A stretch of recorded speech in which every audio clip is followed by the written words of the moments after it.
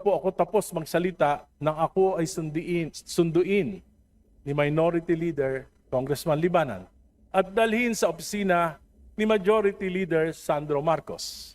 Pagdating po namin, nandoon na rin si Speaker Bogie D. Nakaupo po ako, tahimik ako, sinita ako ni Congressman Marcos at tinanong, ano yun? I replied that the anti-political dynasty advocacy has long been one of my advocacies. Ngunit sinabi niya, hindi yon. Inaatake mo ang aking ama.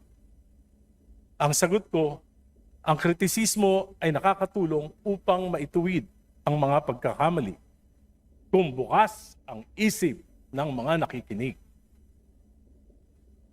Ngunit Mr. Speaker, bakit kailangan questionin ng isang miyembro ng kapulungang ito ang aking talumpati? Kung may mali, kung may kasinungalingan, bakit hindi ako debatiin dito mismo sa plenaryo? Sa aking pag-aaral, sa aking patuloy na pagtatanong, lalo kong nauunawaan kung gaano kalaking pandarambong sa pondo ng bayan ang naganap sa loob ng 3 taon ng Administrasyong Marcos. Lalo pa nang ipakita sa akin ni Congressman Leandro Libiste ang ilang datos na tila nagpapakita ng pamahalaan ay parang pinapatakbo ng isang sindikato. I intend to discuss this further in a separate privileged speech. Mr. Speaker,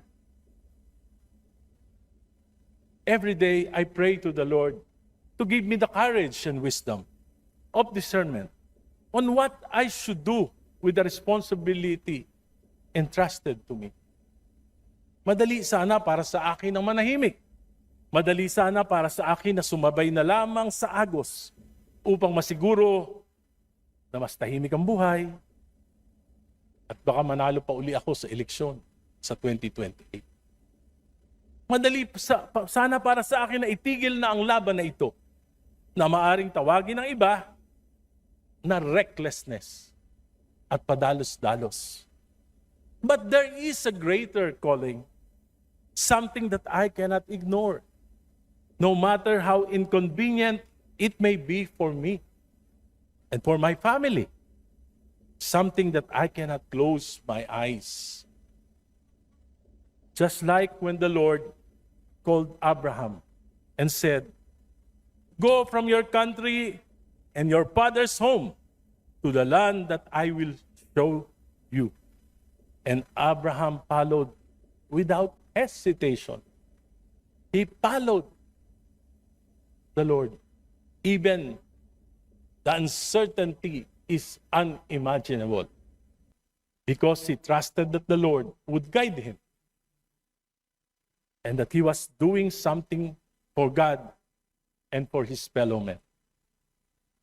For me, what I'm doing is a bit risky. But that would already be an honorable life to live, despite all my weaknesses.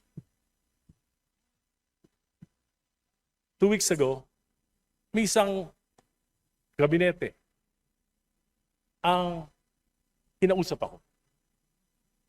Sinabi sa akin, Egay, ang tingin ng Malacanang, Sara Duterte ka.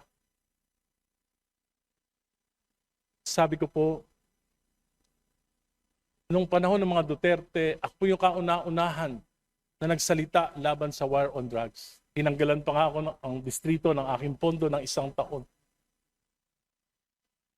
Pero sila, Presidente Marcos, they enabled Duterte. Si Speaker Romualdez, Majority Leader, he enabled the war on drugs. Yung mga kasama natin na nagpo-prosecute ngayon kay Duterte, they enabled war on drugs. Ako po, nakipaglaban. At hindi ko po nilalabanan ang dinastiya ng Marcos lamang. Nilalabanan ko rin ang dinastiya ng mga Duterte sapagkat alam ko na ang punot dulo ng korupsyon dito sa ating bansa ay ang pataba at ngayon mabubundat ng mga political dynasties. Sabi sa akin, Egay, yung mga salita mo nakakapagpalakas kay Sara Duterte. Sabi ko, mali yan. Secretary, ang nagpapalakas kay Duterte ay ang patuloy ng mga palpak na polisiya ng Administrasyong Marcos. Sinabi magpapakulong December 15, nagpakulong ba kahit isa? Sinabi ipapasa yung Independent Commission for Infrastructure na mag-iimbestiga. Pinasa ba? Binola lang kami. Sabi, magpapasa ng isang makatotohanang anti-political dynasty. Ipa-priority. Ano nangyari? Sa halip na anti-political dynasty ang pinasa ng Committee on Suffrage and Electoral Reforms, ito po ay pro-political dynasties. Hindi lang magpapataba, magpapabundat pa sa mga dinastiya dito sa ating bansa. Today, I bow out as Senior Deputy Minority Leader of this House.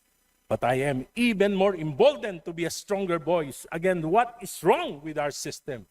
I may no longer have the position. I may no longer have the committee membership. But I still have the knowledge. I still have the experience. And I have still the voice and commitment to stand against what is unjust, what is corrupt, and what is abusive. I am no longer Senior Deputy Minority Leader, but I will be the equalizer in this House. Thank you, Madam Speaker. Thank you, my colleagues. Until my next privilege speech. Thank you.